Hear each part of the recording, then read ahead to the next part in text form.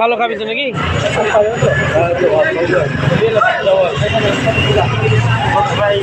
ওই দেখ নিচে খাওয়া আছে, পার্সেল করে নেবো। পার্সেল করবি? এখানেও খেতে পারিস, অসুবিধা নেই। এখানে খেয়ে যেতে চাই না, হজম হয়ে যাবে, আবার খিদে লাগবে।